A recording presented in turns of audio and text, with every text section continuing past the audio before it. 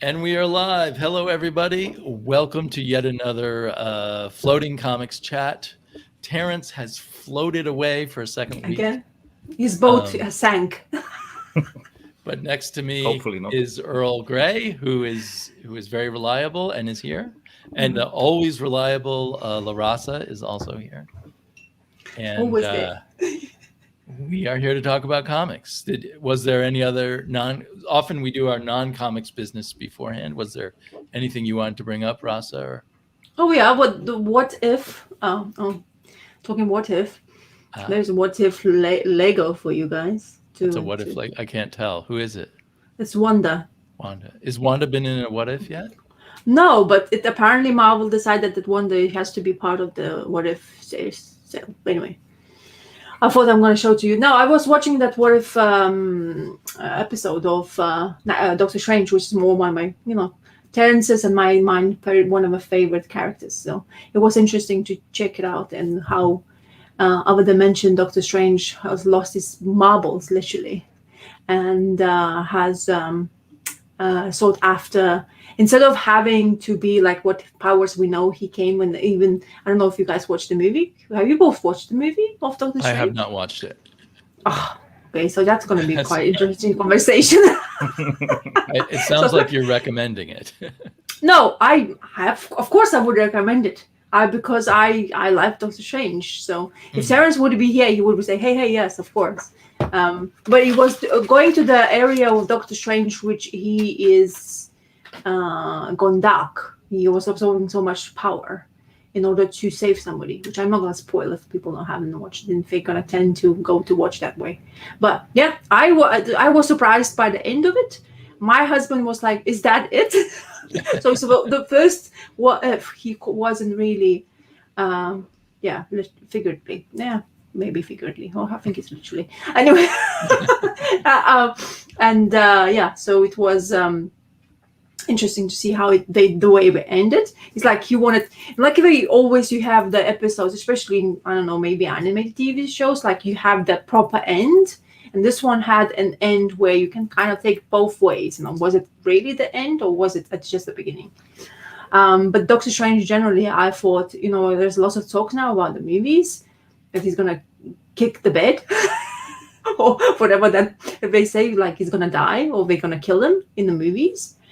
But there's one book I was reading before, comics I'm talking about, which he's actually died there. And I was like surprised because I've not many times I read in the older times books there I see Doctor Strange dying. But he died on purpose and he became something else. So hopefully maybe movies will get him to do that. It would be interesting because nobody dies. They're having an event called The Death of Doctor Strange. Maybe that's going to tie into the movie. Are we having an event called Death of Doctor Strange? At Marvel Comics was having an event, called Death of Doctor Strange. I actually don't want to talk to you about some new Marvel book I read, which is interesting. No, I'm wearing the cartoon Need No More regular show t-shirt. Anyway. Need more coffee. Yeah, I need more coffee. I'm wearing a Tintin shirt. Oh yeah, love that one. And I just a blue schlabber polo. Yeah, everyone. So I hope. If they're doing the event, that's what they're gonna do. I guess they're gonna proper kill him. Let's see if they're gonna take that spin where I know, which none of the comic characters dies. I don't think that anyone dies, even comic books. I don't know if we're going to do that in movies properly and stuff. So we'll see. But in generally, a fan of that What If series. Hit and miss. I mean, you like some of them, you don't like some of them. It's nothing. The first one was a hit for you, and then this fourth one, would you say, or were the other ones? I really liked the Black Panther one. The Black Panther one too. Yeah, I was a huge fan because I like Black Panther movie. I like the character, and I like the actor. So it's kind of the last thing he did, because they did that for a very long time ago. So it was nice to basically hear the last time what he was doing for Marvel, I guess. But the way they were doing that, like because Star-Lord is, as I said before, I really enjoyed Star-Lord as a character anyway. So Guardians of the Galaxy were quite funny to watch as well. I think the soundtrack that really what resonated with me a lot. All the music they were playing is really. I remember most of the time my mom was playing for me, so I'm very influenced by that parent's music, So I guess it was even more. Even though my mom says like I've never listened to that kind of music, so she watched the movie. It's like have I listened to this? It's like yes, you did. I know it. No, you. It was just playing on the radio. This is what kind of conversation I usually have with my mom. So we always disagree with things. I know facts, some sort of things. I feel like imagining things, and then that's what happens. So anyway.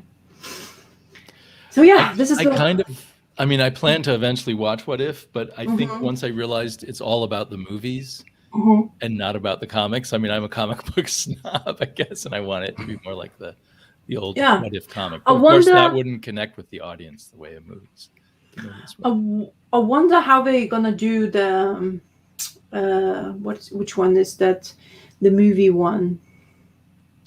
Captain Marvel. Or Thor. The Thor one is quite popular now with comic books. I wonder if they're gonna because Jane Foster was in What If, isn't it? What if Jane Foster became Thor? Isn't they gonna do that? But are they planning to do that? I think they're planning to do Lady Thor, Jane Foster Thor in one of the upcoming movies. Oh, so they're probably not gonna touch that because that's the only thing I would think they would use that from the comic book side. You know what I mean? Yeah. So, but yeah. And the comic books would get really wild, and they would always end tragically. Like it gave them an excuse to make awful things happen to characters that they couldn't do in the regular universe. Yeah. At least at the time they were doing them. But this Doctor Strange one wasn't very good ending, to be honest, because of the way they took the Doctor Strange into. Like as I say, you never seen him this evil. As they were portraying him in this episode, and how he was absorbing. I'll have to watch it to know what you're talking about eventually. Yeah, but the way he was absorbing the magic, you should see. It's actually quite interesting, and where he was actually taken in order to become strong magician, even though he's already strong. But in order to do that magic spell, he had to do. I'm talking very vaguely here because I don't want to spoil anything. Yes. But in order to do the magic thing, he had to go into the levels of other magic to draw in order to. Basically be more powerful than he was. And it's funny because you're talking about the ancient one came in that episode, and the ancient one was the female from the movies, which everybody was frowning about because she wasn't an Asian female, So that was interesting that they still used it in the animation, even though they knew the reaction of people. Like people reacted really badly toward that kind of thing. Anyway, so yeah. Well, my head is spinning about literally and figuratively. I have to think about that for a while, but I think Jared is right. But I guess I don't know. Complaining about the Ancient One seems a little. It seems like a battle not worth fighting because the Ancient One really isn't a very major character in the comics. And, it's major. Doctor Strange is a white man taking over the Ancient Ones. But in Doctor Strange lore, Ancient One is prominent there throughout the books. I mean, even though he disappears in some ways, but he still comes back as a shining light for Doctor Strange when he's in trouble. So kind of thing. Here and there, I guess. Yeah. Yeah, but like if you would, as a fan of Doctor Strange, the Ancient One, it's kind of the key figure for me, especially as a fan of Doctor Strange. So Scott Edelman is admitting to being old. Scott just did a great interview on the podcast, Meanwhile at the Podcast, if you want to go hear that. And of course, he's got his regular podcast, Eating the Fantastic, where he talks to fantasy writers and occasionally comic book people. No, Tylox, the mighty Krakk has been cracking away somewhere else, unfortunately, again. Yep, Krakk decided he wanted to use the weekend to spend with people he knows in real life. I don't know why. Strange. I think it's just missing out. Earl, you had a all German episode recently, so people who can speak German should go back and catch that, right? You were talking with a fellow YouTuber. Totally. And is he new to YouTube or just someone I'm not aware of because of the language? I guess both. He has already a lot of videos out. He's called himself the Reverend because he likes to preach to people about comics, and so it's a proper name, I guess. And he does pretty long and insightful videos about certain titles he likes, and we have very similar tastes. And so I thought just ask him and do something together. And I use we are using this model like in our Sunday chats. So next time when he had figured out the tech stuff, the chat will be on his channel. And we have already a third one joining the club, and no problem. So I thought there's a German language version of this show out there. Yeah. Crowd Comics. Make sure you have a female there. Otherwise, it's not very well represented. Because if no female in your chat, that means nothing like this. This is so special just because of me. Yeah, you're very special, absolutely. But I don't know how it's with your viewers, but my statistics say that 98%, I don't lie, are male of my watchers. Mine says 100%. Oh, shame. So what about LahRasa me? Never watches me. Miss So must not be female. A few of my Excuse me, I'm watching your video, so I don't count then. Oh, you bastard. YouTube is counting you as a man. Oh, no. Just because I like comic books doesn't mean I have a schlong between my legs, okay? No bonheur for you. Yeah, no bonheur. Yeah. Don't do that. Ragamuffin takes notes, and this is the first bonus extra of today. Yeah. Well, there you go. Yeah, and here's another female who watches our videos. There you go. A most excellent. Anyone who doesn't sub to Silver-Haired Bronze Age Babe should go out and do so right away. Okay. And here's Fargate. Hey, Fargate. So, shall we dive in then? Earl, are you up for going? It looks like you're not next to your magic bookshelf today. Yeah. Wow. Yeah, I did some reshuffling. He burned his room now because we made it so special. Now it's like, oh fuck it now, no more special. I have your ability to just reach over and get any book you need has become difficult. I don't know if you saw, I did a video with Scott Connor, and we kept talking about your magic bookshelf on that show. I was like, where is my things? It's a bit Grant Morrison-like. My bookshelves live, and they come to me, and whatever you need comes to you. Well, that would be actually quite a magical thing to have. Danny the Bookshelf. Oh, okay, that's even have a name. Okay. Yeah, like Danny the Street. Danny the Street, Danny the Bookshelf. Very good. It's actually Eva, the IKEA shelf. Oh. So Eva. I have a name for it. Dear Eva. I think IKEA's secret mission is to make sure that all your furniture has names too. You have to call, like when you feel lonely, you can just talk to your furniture. Maybe, yeah. Okay, let's talk comics now. Okay, so you have something at hand. Yeah. I got this one here 3 days ago. Crisis. Was Simon Hanselman's newest output, Crisis Zone. And interesting. I haven't read. I have just read the first few pages, but this is just really entertaining. I mean, have you read something by Simon Hanselman? I didn't. No, I think I've just seen him on your channel. Mm-hmm. Okay, it's. I'm not sure. He has a bunch of. He's the pinnacle of irreverent comics, I would say, or maybe even vulgar comics, or let's quote. Originally we had this Boner theme going on here with the Annunciation and by Comickkrakk. So I thought I really have to pick up some Boner comics, and this arrived in the mail, and I thought, hey, perfect.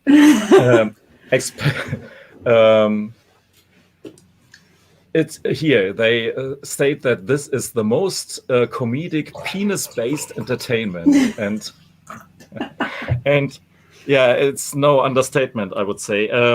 He has a bunch of pretty,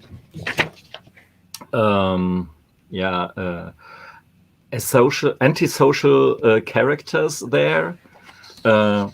This character here, Meg, is actually a stand-in for himself, the witch. He's some kind of cross-dresser. Here you can see him in all his glory. He's actually a really fun,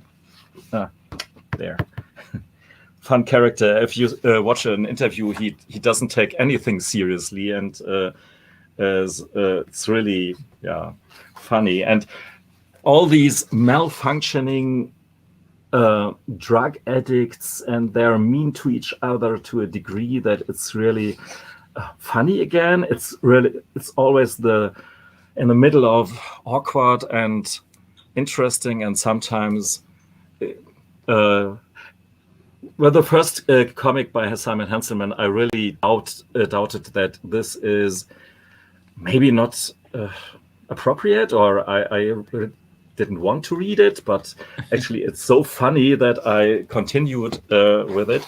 And the interesting thing with this book here in particular is that the owl and Werewolf Jones, who is always sodomizing himself, he puts everything in his rectum and does videos for the internet about it to earn some money, and our witch here has actually a love affair with her cat, but her cat has oral intercourse with some Dracula guy, and so on. And yeah, is this guy a friend with Gilbert Hernandez?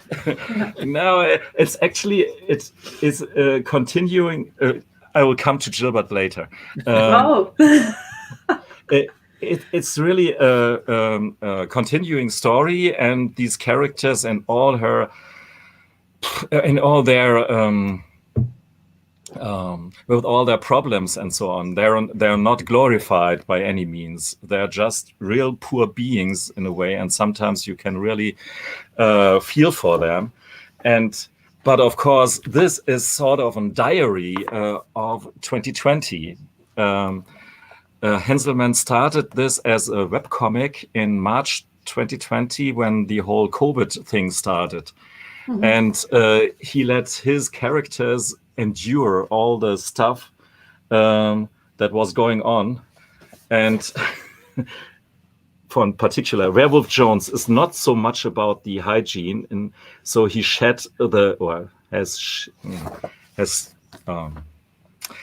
did something to the toilet of the owl, who is a very uptight, more bourgeois kind of character. So and it's always the owl against all the others who are really an antisocial bunch of people who just can't cope with all the crisis that was COVID and still is actually. So, and this as an extra, this situation, what it meant for these characters is really funny. I giggled a lot and felt bad about it. No, not really, but it's not when you're new to someone, and this won't be the first comic that you will give. Here, this comic is something I like, and so read it and build your opinion about me. It's not a good idea. Has that witch appeared in Now or somewhere? She looks familiar. Yeah. So maybe I have read some of his work and I just didn't. Yeah, maybe you put it in a part of your brain not to remember. I think one of the flaws with Now, just to go off on a tangent, is I think it would be better if it were shorter and came out more frequently. Like, I can't absorb it all at once. We were going to I thought we were going to talk about now today, so I reread it. And a lot I had not remembered. Like, it just doesn't stick in my head because it's too much in one place.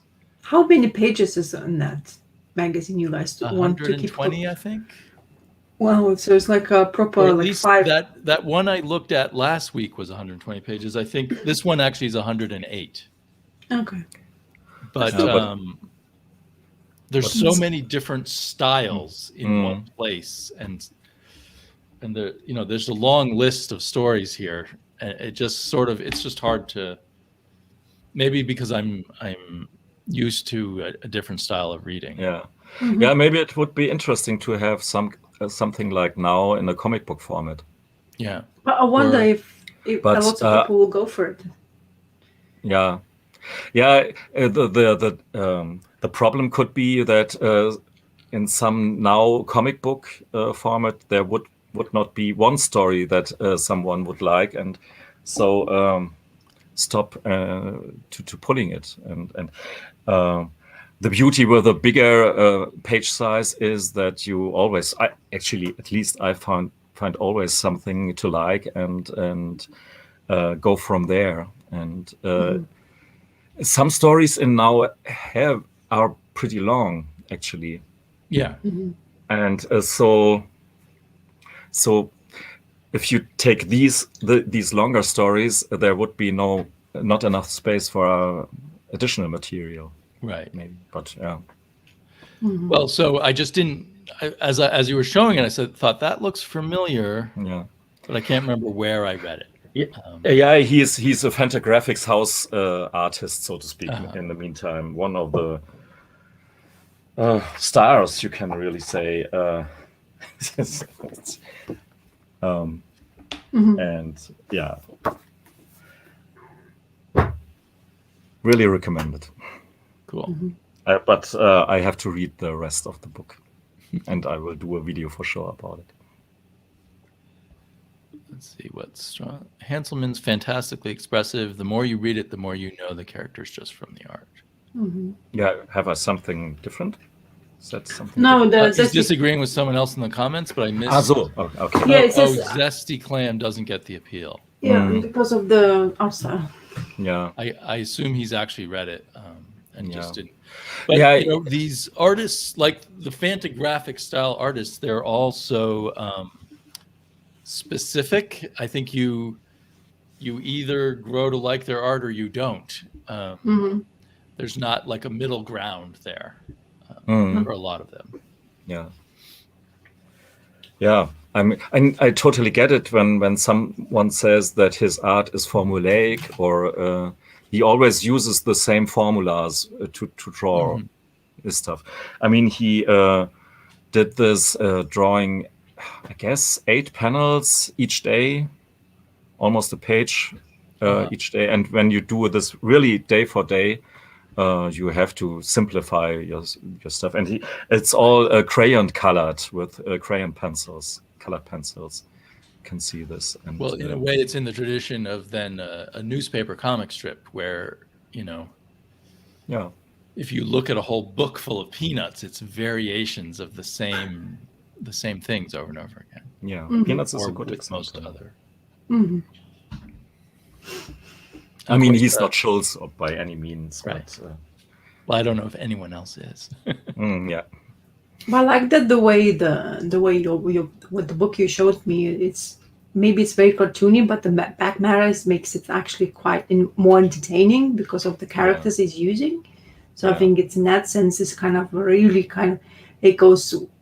seems to be going quite nicely. I think it would be more interesting to read rather than you have your typical female or male bodies doing the same thing. It's like almost the same stuff, like if you wanted to take to the human level, I think you need those kind of characters and need that kind of cartoony style, because that's what I felt like you were saying. It feels like in that book, like it doesn't take itself serious, like just, have whatever you want to do and does it. Yeah. And there's really something that he uses these characters again and again. There, about Werewolf Jones, and about when you read some of his books earlier and before. And for instance, his main character Meg the Witch she got through a phase of depression. You can't take these characters seriously because they're so bad and so malfunctioning. But she had really, some ups and downs in her life before, and so you have an impression of these characters. But yeah, you won't. It's not very often that you will laugh out of Schadenfreude. Sorry. Laughing at someone who has bad luck, which is actually not good. But that's exactly the kind of humor that plays a part of the enjoyment in this book here. I see.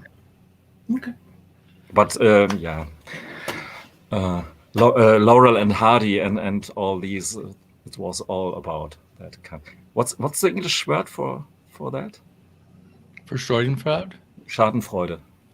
To laugh about someone who has bad luck. We use the German word. Okay. We don't pronounce it right, but we say Schadenfreude. Schadenfreude. Okay. At least that's what I know it as. Have you heard that in England, LahRasa? No, I don't. I mean, I cannot think of the word now. If you take kind of a pleasurable laugh at someone else's suffering, we usually call it Schadenfreude.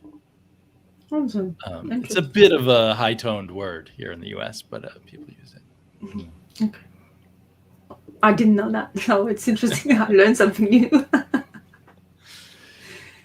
But I guess, in humor, that's a common thing, right? We kind of laugh at. Comedians often encourage us to laugh at them. Humor is cruel. Yeah, in a way. Yeah, sometimes it can be very bad. Rasa, do you have something you ready to show? Oh, well, I said to you about this Marvel thing. I'll just try it out. I guess this is another event. I guess because I'm a fan of Tom Taylor as a writer. Yes. Apparently, Tom Taylor is doing this. You can see everything now. Reflection of brand new this week, I think. Yeah. So I was thinking I will read this and see how I felt about the Marvel's attempt once again going. And I presume this event is not because it's the way they bringing all the characters in this, and you can see we have our Spider-Man, and Spider-Man now has a baby who is has the same powers as his, as you can see in there. So that's interesting. I haven't found out about that. So you guys maybe Sleepy, have you read this Dark Days number? No, I was a little tempted to get it, but I tend to just wait for Marvel Unlimited. So yeah. If you said this is a must-read, it's so fantastic, you should go out and get the physical copy, I might go do that. No, I don't. I mean, it's interesting the way Tom Taylor takes this, because, for example, just to get the point of view for other people who's watching this, I haven't read new coming out Marvel for a while now. I do attempt to, I don't know, Moon Knight #1. It was okay, but nothing blew my mind out. I don't tend to have any Marvel in my pull list. So if I do attempt, I usually do it digitally. I don't know why I do that. I guess paper would be even better, but I hate Marvel's. Maybe, but I hate Marvel's #1 the way they treat the paper, they use. It's absolutely didn't care. It's just anyway. So because of Tom Taylor, and I saw somebody maybe on Twitter was mentioning this as well. So I really enjoy Tom Taylor generally as he's writing. It's kind of very a lot of action. So this one has the Spider-Man is basically all Spider-Mans are really involved because they find basically what's happened. They're having this conversation where everybody's happy, and suddenly the spiders powers tingling so badly that they can't even concentrate. And apparently even this Spider-Man's the girl, she's as well crying her eyes out, and they don't know what's happening. And then another character in here, which I haven't met many, is Moon Girl and her dinosaur. So she's very clever. She says she is more clever than Rich Richards. She has been ranked as the smartest person in the Marvel universe. Oh, what? Okay. I don't know how you can rank people by who's smartest in the world, but she's ranked as smartest in the world.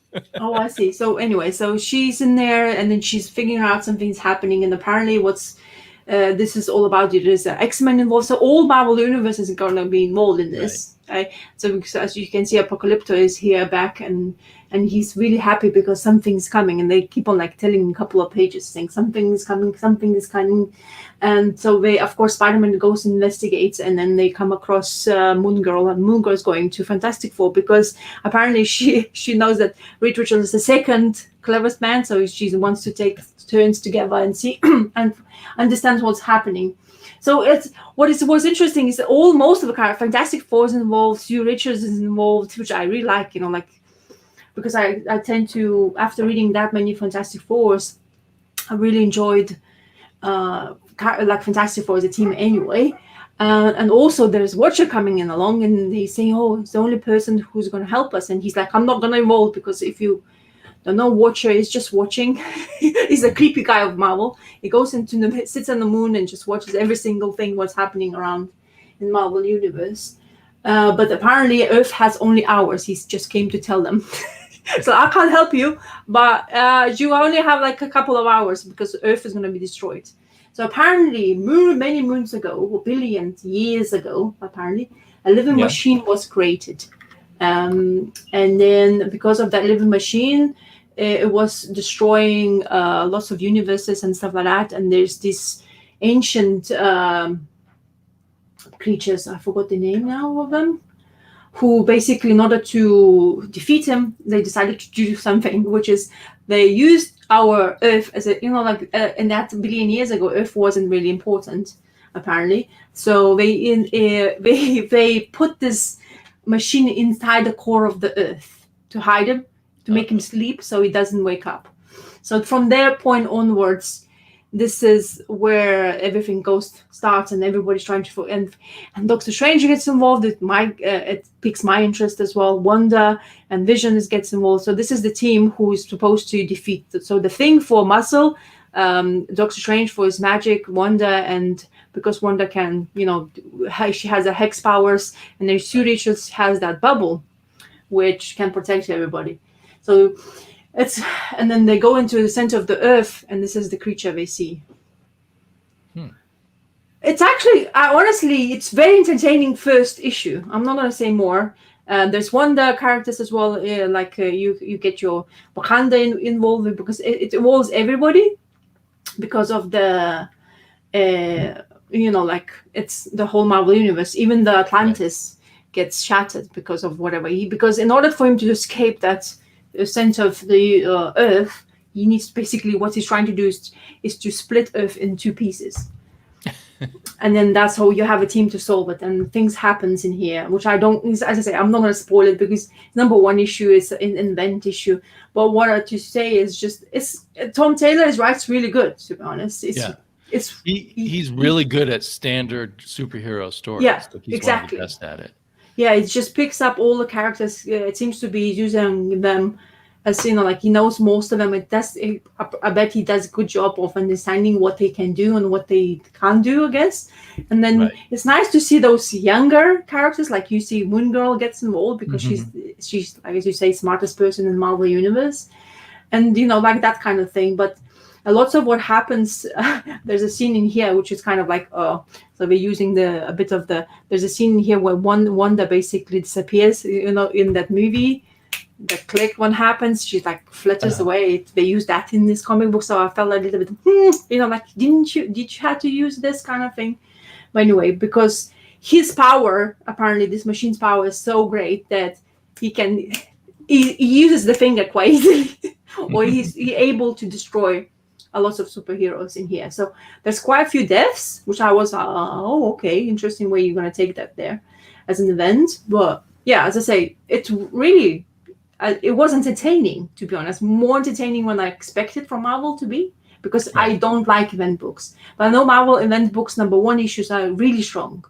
I think they tease us away sometimes at the end. It seems like they don't have enough time, or they're not allowed to have enough time to create that really kind of intense storyline where people have full attention, but it's my opinion. I'm not sure if it's actually true, because I have not, as I say, read many of Marvel events, because I can't take it. I like those ongoing long stories, which I enjoy reading. I used to enjoy reading as well, but for me, that's why I'm not picking up that much Marvel, because like Unlimited is another option. Like, it's a really good option to have. If you don't care to go through for the beginning from the beginning, you just get that, and it's cheaper, really cheap for 1 month. A lot cheaper. Yeah, because for 1 month you can only pay what, $9? Yeah. For $9, how many comic books can you buy from Marvel? Like 2? 1.5. Or 1.5. Yeah, exactly. So you know, like, it actually really does hold quite a few options, which I tend to go. But you see, I always because of the writer, I'm more interested, which is I was surprised. The art is great, but it's like very typical Marvel way of drawing. Nothing overly. Like, I thought maybe it will be like, you know, Defenders had really great artists. Terrence was showing once on the YouTube, so I was maybe hoping for that, but I didn't look for like information. I just dive in straight away without information, which is the best way for me to read comic books anyway. And, you know, like, get surprised or get like disappointed, or, you know. But this was definitely surprising the way they went. It was quick read, but it gave me a subject where they might be going. They touching the subject. I don't think it'd been touched for a while, I think, because of that machine, and would it be being inside the center of the earth, and what would happen, because what will happen to them, because it looks like they will go future, because there's things happening. As I say, I tell you exactly how the end story was, but they go 7 years later, and the background of Spider-Man telling the story doesn't look very great. So I don't know how they're gonna go with it, but, you know, it's comics. They're gonna go there, they're gonna click the fingers, and everything back to normal, I guess. You know. But yeah, it was interesting. Well, I look forward to reading it when it comes out on Marvel Unlimited then. Yeah, but Tom Taylor, as I say, it's very strong. He's for very Marvel, solid definitely. Writer. Yeah. Superhero wise is spot on. It just clicks really nicely. It seems to be easy reading for sure. We got a comment going back to the Hanselman. Is Chris Zone? Is that another artist, or is that another comic? Crisis Zone. Crisis Zone. Sorry, that's Crisis the comic Hanselman did. Sorry, it was my dyslexia. Okay, well, I have this comic to show. Oh, fancy stuff. My fancy. This is here's a regular size comic book. This is it's even smaller, I think, than a regular paperback. This is a Jim Steranko visual novel from 1977. And I bought it as a kid, I think, or 76, 77, I can't remember. 76. I had it as a kid, and then of course I've lost it, and it's very expensive to get now, and I don't know why it's never been reprinted.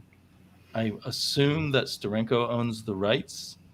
And Steranko is odd. There's a lot of his material. Yeah, it's copyright 1976 by James Steranko. There's a lot of his material that for some reason he doesn't want to imprint.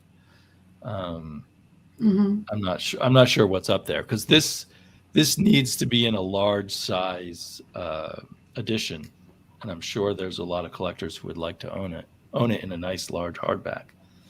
So what it is Steranko had stopped doing comics for about 5 years, and he came back with this paperback novel.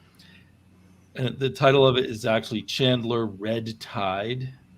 I don't know where there it says Red Tide there, and it's a pastiche of hard-boiled detective fiction with illustrations by so Steranko wrote and drew it, and it's an interesting hybrid. It's not really a comic, but it's extremely graphic in the sense of graphics, and it's very beautiful to look at, and it's printed on this really bad paper, which is great. Any format, which is great. And every so often it explodes with these sort of 4-panel images that are really amazing.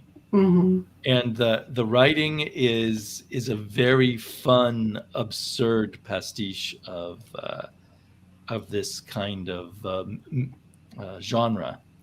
I'll read this paragraph that I love. I turned, looked out at the city, stood in the glow of its neon heartbeat while mine kept the same pace. The night stretched to infinity, eliminating the physical barriers of the day. Night became a world unto itself, a playground of the damned. It belonged to those who wanted it, something the day could never offer its own people. I knew the night crawlers, the hoods, the hookers, the creeps, the big shots, the cops, the con men, the grifters, the grafters, the three-time losers, the guys who know what 6, 2, and 11 means, like predators, each somehow dependent upon the others. I was one of them. I was part of everything that happened, and who it happened to. In the end, I knew we would all be victims of the night. That's cool. And so, I mean, clearly it's a Humphrey Bogart type character. And I think Steranko is probably using all kinds of tricks from commercial illustration. And but it's very, so he did the typesetting, he did everything. I assume he did the coloring. They don't mention that, but it's just sad to me that he basically stopped doing comics and stuff and projects like this very shortly after this, because it would have been exciting to see what kinds of experiments he would have continued to do. I haven't finished reading it, but I can almost predict who's going to betray our hero and which girl is going to tragically get shot in his arms. I like those. If you ever stumble across this book, I would recommend getting it. Even if you don't like hard-boiled fiction, I think it's just fun to look at. Jesus. So you're saying it's expensive? Would you have I think I got it for $15, which felt expensive to me, but I see people selling it for hundreds of dollars. So I think what its actual value is hard to figure out. Like there, you would think he used Photoshop or something, but he must have used some commercial technique for transferring photos into drawings back in the 70s. Especially when they were doing that in that era. It's kind of more interesting and entertaining to watch. So you kind of like not thinking. But now that we have technology and people still using that kind of stuff, we frown upon because, you can do better. Exactly. And here he's marshaling a lot of different techniques. I mean, there's interesting architectural stuff like here. Yeah. This is an extremely fascinating spread there. And it's interesting the way it breaks down and also the way he matches his text. All of his text has to have a certain kind of rhythm to it so that there's only a certain amount of text per image. So this is as far as I've read. I got to page 55. I think there's 120 pages. Oh, that looks like a poster for a male actor. Yeah. And I think, honestly, looking at these pictures, it seems to be, like we were talking about the Sean Phillips and his way of I thought of Sean Phillips and Michael Lark and there's another guy who works with I can't know that writer who they all work with. It seems like a precursor of the current hard-boiled kind of artist. Who's the guy who drew Velvet? It makes me think of him too. The Epting, Steve Epting. Steve Epting, yeah. Absolutely. So Steranko really was kind of for comics ahead of his time, or just kind of always experimenting. Well, he obviously worked very hard on this. It's not like a quick slapdash kind of piece. It looks like Clint Eastwood there on the third image. You're right. Exactly. Now on the cover painting almost looks like Jim Steranko himself. Yeah, it does look like him as well. Yeah. So I just love this, and I don't understand why it hasn't been. Jim Steranko owns the rights. He's still alive. Should be in a beautiful hardcover, so he can enjoy more adulation before he passes. Yeah. But the soft cover trade here is just the perfect match, I think. I like for the pulpiness of it. Yeah.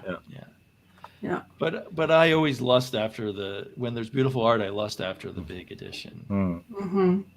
But I guess I should be happy with what I have. No, it's a nice. He plays with shadow so much. I don't know if there's like a term for a kind of drawing that just builds out of shadow everywhere. Mm-hmm. But I feel like that's kind of a technique. Mm-hmm. Anyway, so I'm just having a great time with this, and it's kind of overshadowing. I haven't got to too many of my new comics that I brought this week because of this. Yeah, you can say woodcut style or something like that. Yeah, maybe like a woodcut style. Yeah. Mm-hmm. Yeah, it's almost like he gains strength by limiting himself to just these kind of panels, and to just, even though he used color, it could be just from black and white, and just the pure black and white. There's no shading or fancy line work. It's all all built out of the shadows. Mm-hmm. And even though he's using kind of a semi-photorealistic style, it doesn't feel that way. Like it feels extremely stylized. Mm-hmm. Kind of. Anyway, so I'm loving this, and I guess I feel like it ought to at least be reprinted as is, so that more people can enjoy it. It just it doesn't make sense that this legendary artist, who draws giant crowds wherever he goes at science fiction conventions, does not have his work in print. Well, it's a pity.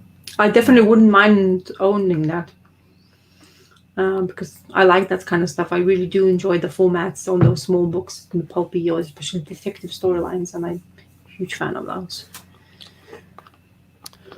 Okay, we're back to Germany. Yeah, Great. I grabbed from a magic shelf here. This is something, just because the stuff that you've shown right there reminded me of this book here. Haven't read it this week, but the week before, I guess. I bought a copy, I think, because of Gore Vidal, but I haven't read it yet. He did a good video. I haven't seen it. Okay, then you know about it. Yeah, so, I know of it. But I haven't read it yet. Yeah, it's a European comic, but drawn by Americans. Stan Drake, and written. I guess it's a European album size, but maybe. I think it was published in France first, and then translated to English later. Could be, by Dago, editor. So lots of blacks and. Oh yeah, look at that. It's a bit the similar style like the thing that you've shown before here, a bit, and now in comic book about this beautiful widowed policeman's wife. Then I talk about another thing that when you know about Kelly Green. The first volume, the first album, I didn't like as much as the two others, I guess. I have reread it. No, I haven't seen a copy of. Okay. So Kelly Green made it to Portugal at some point. Yeah. Maybe just pretty quick to Parasomnia. I like Which issues are those? I haven't read the most recent one yet. I have just 2 issues. Yeah. The first 2. Okay, I've read those. Then, the third is already out. Out today, out this week. Okay, yeah. I get it in a month then. Yeah, like I do.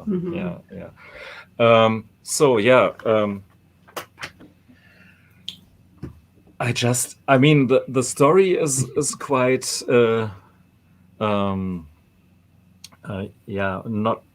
not there, or I didn't understand it. That's rather the case. There is a story unfolding, as you already said. And I actually just want to show it anyway because I really like the art. I really like the coloring in particular. It's either real watercolors or perfect digital mimicking of watercoloring. I just like the looseness of it. and we have these both worlds on the left hand, or here you can see the dream world, and there's on the other side the real world, in which characters have to deal obviously with some traumatic event. Some child is boy is kidnapped, and so I suppose this is the mother of the kid. We don't get to know too much as far as the story unfolded, but you both have read it, so I don't have. I don't know if Rasa's read it. No, I haven't read it. No, I haven't. Terrence read it also. Terrence read it for sure. Okay. I know. Yeah. I don't. I have. Is this Cullen Bunn? Yes. Yeah, it's written by Cullen Bunn. And what's the artist's name? Drawn by Andrea Muti. And he did the coloring as well. Yes. And the same guy who did Bunny Mask, who's doing Bunny Mask. Right. Yeah. Yeah. But Bunny Mask looked pretty different. No, it's the same. Even the color schemes is the same. Yeah. Okay, all of it. Yeah. Okay. Yeah. We have this lonesome rider there in the woods, and he's supposedly the father of the missing child, and the child seems to be. I go full spoilers here since the third comic book is already out. He seems to be kidnapped by some group of maybe cultists, or somehow they have a strange agenda. Maybe, they are even go out to kill the parents of the child, of the boy. Right. So lots of puzzle pieces, jigsaw pieces that there are on the table, and some hints here and there, and you have to put these pieces together, and it's in this way a pretty unusual way of storytelling. And but I thought in this case I don't want to wait for the trade, because these books with those flip cover things here, as you already had pointed out, I really love this, and not so many double page spreads. I guess maybe even no double page spread, but anyhow, I'm glad that I picked this one up here. So it's not ongoing, or is it ongoing? I'm pretty sure that it's like Dark Horse usually does. 5 issues. 5 issues or 6 issues, and then it's done. Dark Horse hasn't been doing much ongoing. Mm-hmm. Yeah, we don't. And Cullen Bunn has been putting out a lot of comics lately, and a lot of them are good, but this one has the best art. And but it's the most mysterious. And in general, I don't know if he was always this way, but he doesn't seem to like to explain things too much. He's become a little more of a difficult writer for me, although I still like him a lot. Yeah. In fact, maybe he's even better, even though I get frustrated trying to figure out what's going on. Yeah. Yeah, I have trust in him. In him is enough that he will do an interesting story out of it. So because he does do horror really well. I mean, he's a huge fan. If you see any of his interviews, he always talks about horror things and how he enjoyed like picking up magazines of horror. He was a fan, so he's continue collecting those and stuff like that. So, but he's with Bunny Mask, honestly, I shut up instantly. Now I have to admit it when you showed the cover of the Bunny Mask. I really didn't like it so too much. It did give off a different kind of vibe than Parasite. Yeah. So I maybe haven't looked close enough into that. Well, I was tempted by Bunny Mask till I realized it was going to be all $4.99 and decided to wait till for a trade. Yeah, then I realized I told you guys that it's $4.99 because I picked up 2 issues and I started like fuming. I'm not understanding that they're going to charge so many anyway. Oh, just 4 issues. That's. It feels a bit short for 4 issues. Yeah. The first 2 issues, at least, you don't know what's going on yet. Yeah. And with the first issue, I even thought that the summary in the back, in a twisted dream world, a nameless stranger battles nightmares in his hunt for his missing son, while in the waking world, the boy's parents find their lives falling apart under the onslaught of hopelessness and insidious cultists. That was even more story that we got with all these pages. And still is somehow with the two books. So, yeah, interesting. It is kind of weird when you read these summaries of what came before, and that's how you actually learn what happened in the comic you actually read. Yeah. Something wrong there. People are saying that Dark Horse isn't as good anymore. I still read a lot of Dark Horse and find a lot of interesting stuff there, but maybe it's not as... They used to have like regular things that they kept publishing, like Concrete, that you knew you could keep coming back to.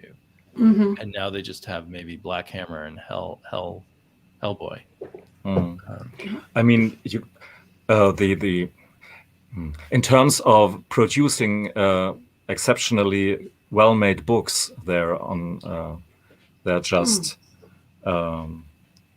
always good. I mean, right. They're hard hardcovers and that's what they make me interested. That's what I like about them. Right. Yeah. They aren't the best in terms of single issues. Like their covers aren't as high quality and the like. Yeah. So what have you got up next, Rasa? Oh, so I'll show you the comic, but it's not what I was reading. I was reading back matter of this comic book. So anyway, so this is the guy that's the comic book, which is actually the main story of this comic book is about Star Slayer and the long journey of Jolly Roger. Is it Jolly Roger another name for Boner? I thought it was the name for a pirate ship. Yeah, I know there's a pirate ship, but I think if you go to the strip club, male strip club, I think you'll probably find Jolly Roger. Gone to the right strip clubs then. Yeah.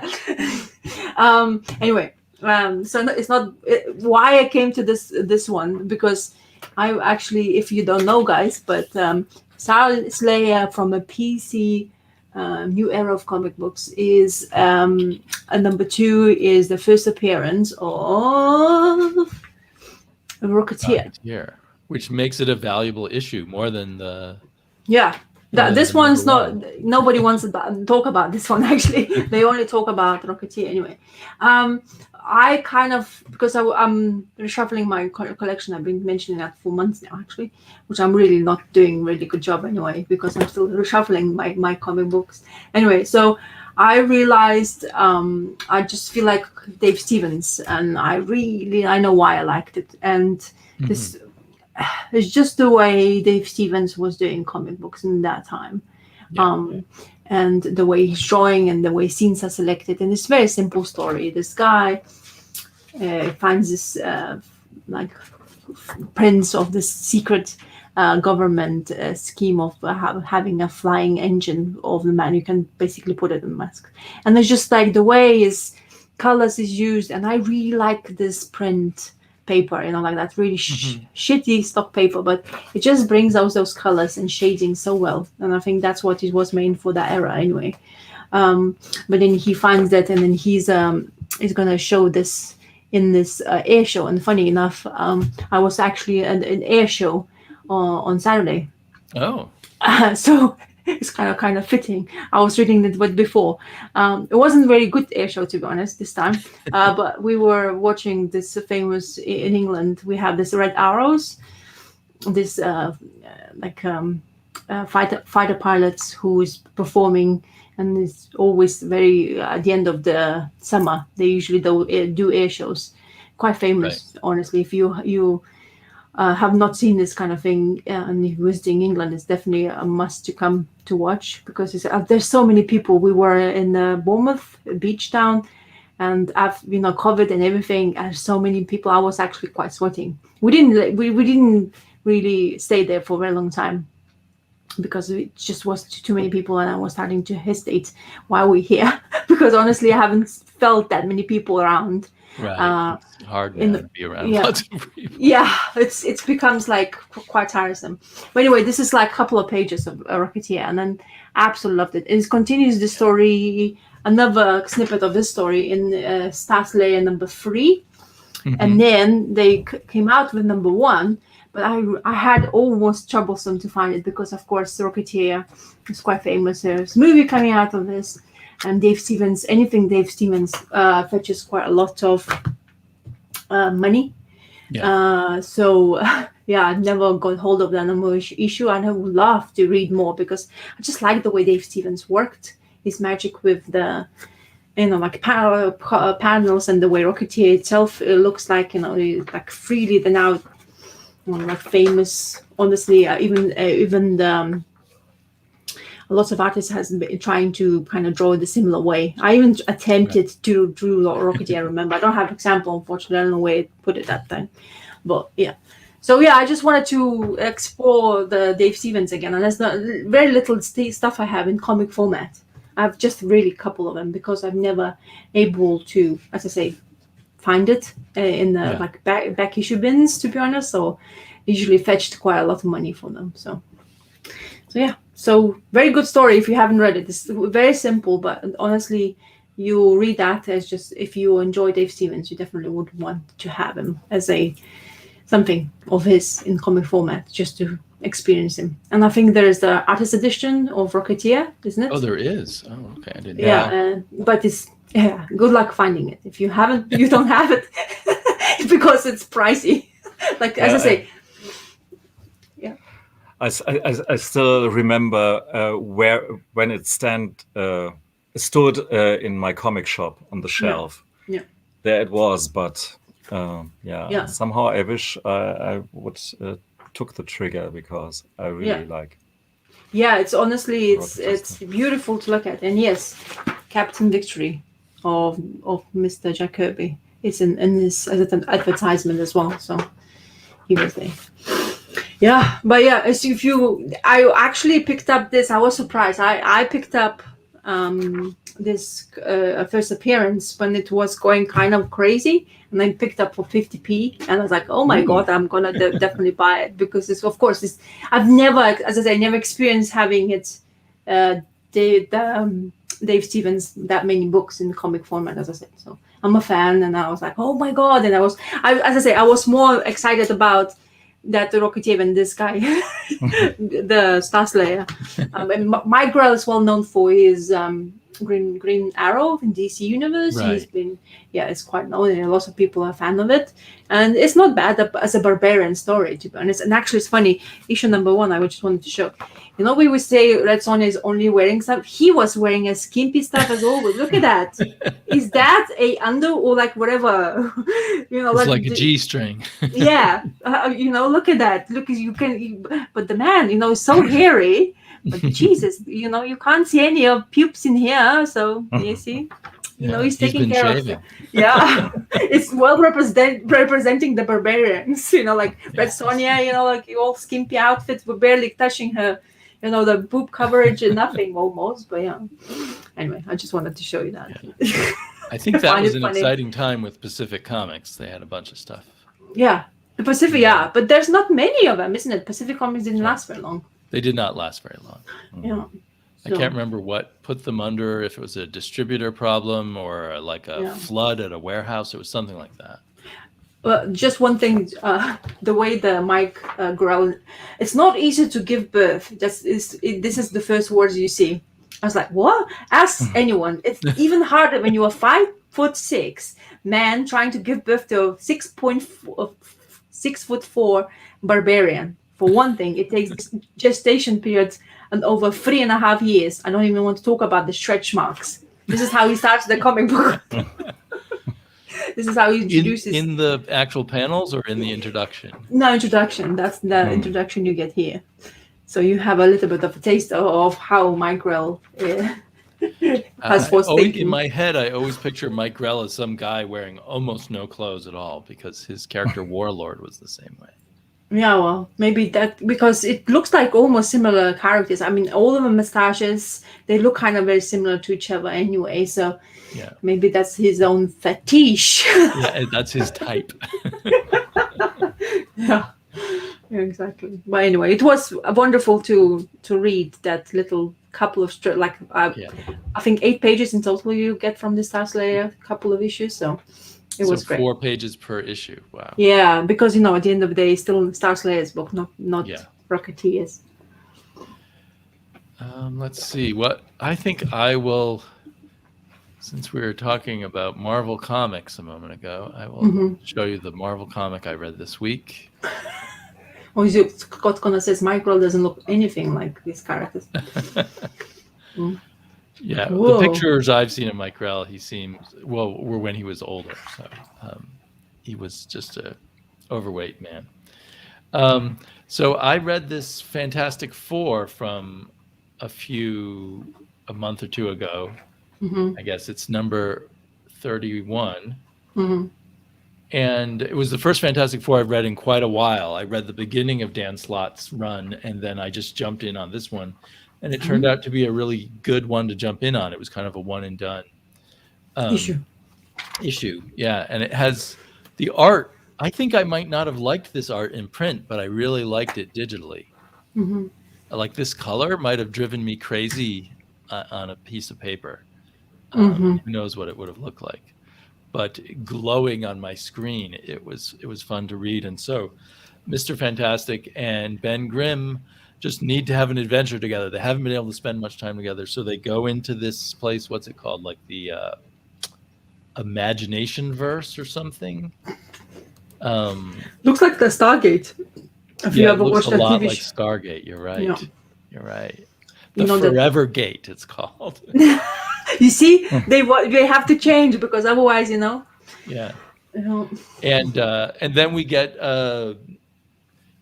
also soap opera threads of other characters like Ben and Alicia, who are married, have adopted a Cree and I think it's a Cree and a Skrull children. Wow. And we get stuff about them. And that was interesting, and it was all easy to follow. And so inside the Forever Gate, they're in something, I just wish I could find where they call it, something like the Imagination Verse. Anyway, whatever you think of will come true. So Reed Richards, he says, each new phenomenon is an answer to some theoretical question that has plagued Earth's greatest minds for centuries. This place has everything I could have wished for. So he's going into this magic Imagination Verse and solving every unknown scientific problem ever. And then, of course, Ben is thinking of enemies of theirs like Fing Fang Foom, so they show up.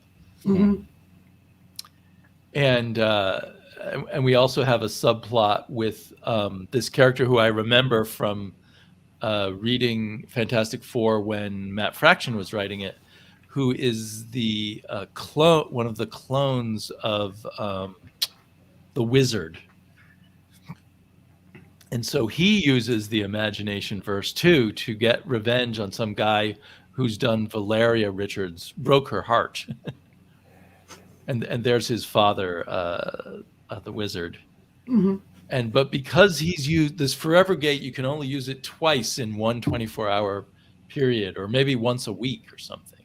So because he's used it, Ben and Reed are trapped in the Forever Verse or whatever it is, and they can't leave. Oh no, we're locked out. What do you mean locked out, Reed? Someone back home must have used the Forever Gate for 2 trips. It'll need a full month to recharge. We're trapped here. But then, of course, they eventually figure out the obvious, which is they can just imagine a way back home, and then they can get back home. So I enjoyed it a lot, but the thing with what Dan Slott has done, and I noticed this even in the first issues he's done, is he's made the magic of Reed Richards' science too powerful. There's no limits. Everything's too easy. Back in the good old days for me, when it was Jack Kirby and Stan Lee, they would be exploring the negative zone, but they didn't know much about how it works, and that everything was new, and instead now everything is like we get we can call upon a million different universes, and we just have everything. But I enjoyed reading this a lot, and I think I'll try reading the next issue on Unlimited also. Mm-hmm. And here is, I didn't quite understand this part, but Franklin Richards, I think used to be a blonde, is now going to see a therapist who turns himself into an evil-looking version of himself. So it's got the soap opera and the cosmic stuff. It's pretty fun. Mm-hmm. I guess the next issue, Johnny's going to get involved with his old Skrull girlfriend. I think at one point, a long time ago, Johnny Storm married Alicia, who was Ben Grimm's, now Ben Grimm's wife, but was Ben Grimm's girlfriend. Yep. But then later they retconned it by saying that Alicia was actually a Skrull all along. Oh, because that would be really weird. This is the return of his Skrull wife. Yeah. Because Johnny Storm had so many girlfriends, it's kind of like always something happened to them. There's never good ending, unfortunately, to those females. Yes, he's always had a relationship with most of them. One is a herald of the Galactus turned. Another one, she just sacrificed herself. It's like, like you can kind of like, you have like a voodoo spell on him, like every single time a girlfriend is like, you never know her ending. And then that part of, like you said, when he was marrying Alicia, I was like, ooh, that would be like proper, like, like split for the whole team, like especially that was. I remember feeling that was a step too far. Like Johnny should not betray Ben that badly. Yeah, I know they were like they always have this fun, like fighting conversations and stuff like that. But I think one thing I realized when I was reading the Fantastic Four from Stan Lee and Kirby era, that the Thing is quite fragile. I mean, he is a Thing, like big, strong, and tends to clobbering everything. But when it comes to mind state, he is very fragile. And like but almost Reed Richards, like I think Stan Lee has always written him like Reed Richards, like baby him almost like a baby of a family, because he's feeling so guilty of what he turned to be, because everyone is normal and part of him becoming this Thing. Like it's just interesting. And I think I don't know if anybody explored that part of the Thing in the storyline, because I know he had some mini of himself, but I'm only seeing him as a like a bouncer. Well, that's a great analysis of the Thing, and I have not kept up with the Fantastic Four over the years. I of course. Out, so I just don't know if someone's really explored that. But he is that side of machismo, which is really a cover up for the sensitivity, right?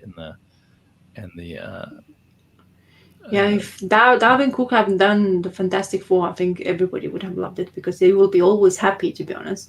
But I think Dan Slott's problem, if you say that what he's writing now, I think he's writing himself out of the story, because how far can you take that all-knowing subject matter, and I mean, you can be clever, but then you start to like imagining the storylines you want to write. How do you end it up? Because the one end is always there, so the solution is always there. So I think it's kind of difficult to, I don't know how he's going to go forward and how long he's going to be writing those Fantastic Four. But by me sounding it sounds like he's a little bit writing himself out of the storylines. I do feel like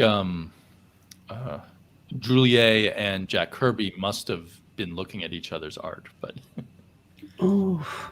but so someone was suggesting the Fantastic Four could be Lone Sloan. I think Gore suggested that. Which would be interesting. Just eventually everything has to happen, because these comics go on forever. But I guess with Marvel Comics, it's more fun to find a good run here or there. I just can't follow it all forever. Even though I loved the Fantastic Four when I was a kid. Have you read the Hickmans, the Fantastic Four? I've read most of it and I liked it. And I've always meant to circle back, or I've read maybe 50% of it. I always meant to circle back and get the whole story. Yeah, that's actually really good. I mean, I really like the Fantastic, as I say, I keep on repeating myself, but I like the Jack Kirby's Fantastic Four a lot, really a lot. I think it's like really groundbreaking work for his point of view, especially. But I think Hickman's as well, because I like Hickman's writing. I liked really what he was doing with the Fantastic Four there. So, because he kind of dissects everything. So in a big collected format, I think it's Hickman is excels in it, because then you can get the whole chunk of it that you are questioning it every single time you read an issue of him. Right. You know, so.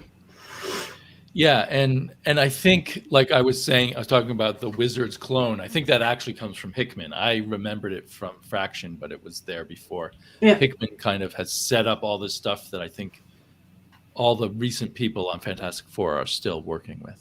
Mm. You know, sort of like everyone is still doing what Frank Miller did with Daredevil now. Everyone's still doing what Hickman did with Fantastic Four. Okay, back around to Earl. I stopped again. My brain is going around in circles. Yeah. And we talked about ending a bit early this time, so maybe this will be our last round. Okay. Okay, yeah. Would be fine for me. Thanks. Going back to DC. Oh, look at you, the girl with the sword. We're all going mainstream today. Yeah. I had these a bit more far out books, but since Terrence is not with us today, I guess it's maybe, I show them next week. But I really love Supergirl here, and you have all 3 issues, it looks like. Yeah, and I guess it's not further down the road. You've got all that's come out so far. And I guess it was you where I have seen it the first time, and just Bilquis Everly. I mean, she can could draw the telephone book for me. I would buy it. She's it's amazing, yeah. Such a fantastic, nice and fitting art style for this character, and plus the coloring it's not by her, I guess. Matthews Lopez, and he doesn't shy away from the more pastel coloring when it's needed, but it's pretty fitting color. I found the first and the third issue the strongest so far. I agree. It's an interesting separation of the story. The first one is this little girl here is rescued by our Supergirl. Gorbidal wakes up here. Yeah, she's nicely drawn. That's no way around it. And this girl here is saved by Supergirl. She celebrates her 21st birthday with lots of booze, which is actually a really nice touch. But the simple stuff that I really like is on this page here, the rocket ship here from Super. This makes me really crave for an absolute edition of the series whenever the story is not there. I'm a bit afraid that they will that this story here will get such a high status that someday a bigger publication would be necessary. But hey, come on. First part of the story, this girl is rescued from the planet. Wow. Second part of the story here, and what a nice cover that is. Yep. It's a road movie kind of comic, and they are squeezed in this rocket ship here. The intros are a bit off, I feel, actually, and with the second issue, I really had the problem that there was nothing there story-wise, event-wise, and it was a bit stretched out. And plus, we had this. There's a strange feeling of being in space, and there's always a clear up and a clear down. Everything is in one level. I mean, they could drive with a Greyhound Express somewhere in America. It was all a metaphor for being on a Greyhound bus, that whole issue, I think. Yeah, probably, yeah. So in this way, it sounds pretty good, maybe. Yeah. lots of fun moments, but always when I thought, okay, now the story is at an end, then it kind of repeated itself, because somehow Tom King, who wrote the story, must have realized, there are still some page missing. So the pacing, the pacing was really off, and I thought, hey, I write a comic book myself. If they they let this kind of script pass. I mean, it's all these arbitrary moments that can happen in during travel, so it's kind of realistic, but somehow, yeah. But the third issue, it's a bit so.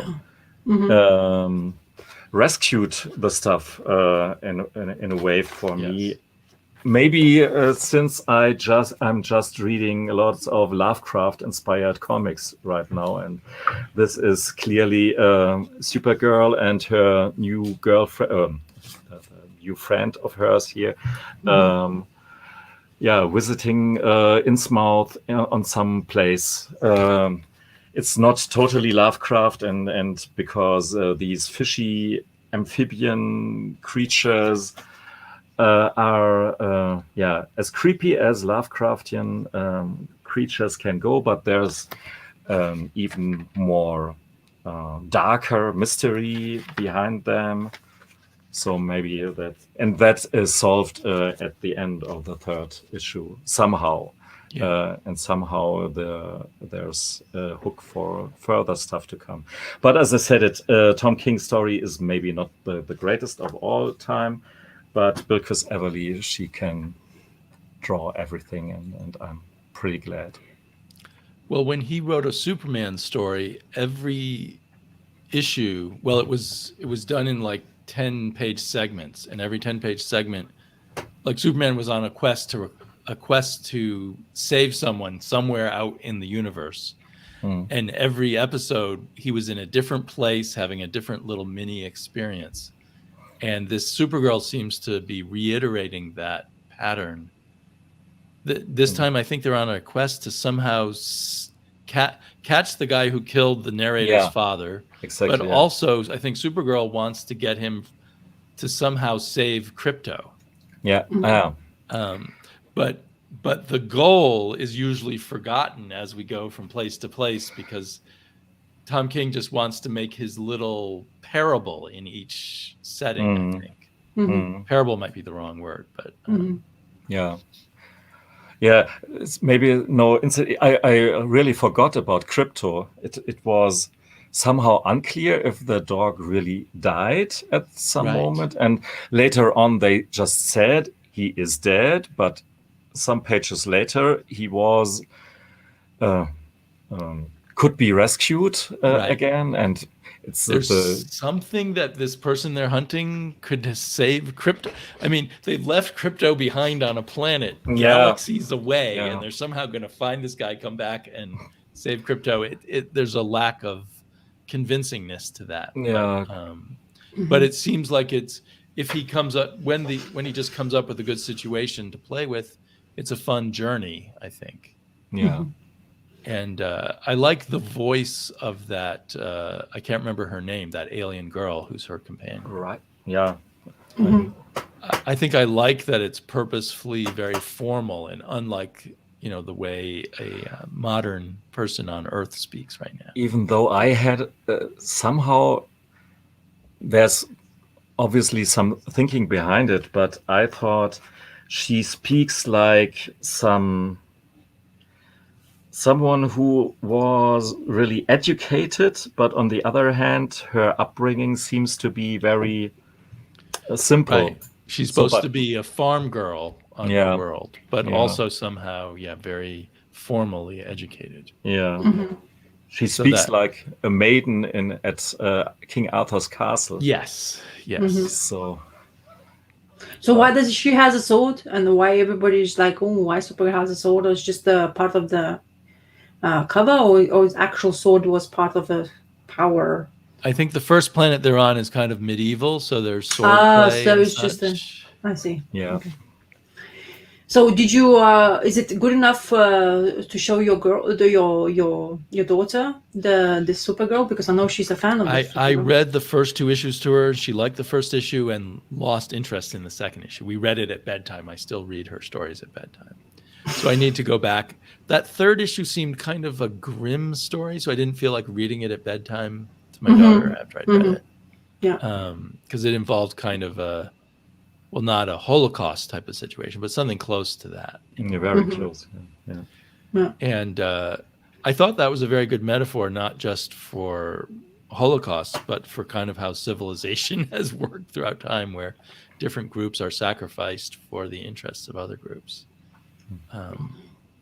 But not necessarily really a Supergirl. These aren't really Supergirl stories. They're just stories that use Supergirl as a vehicle, I think.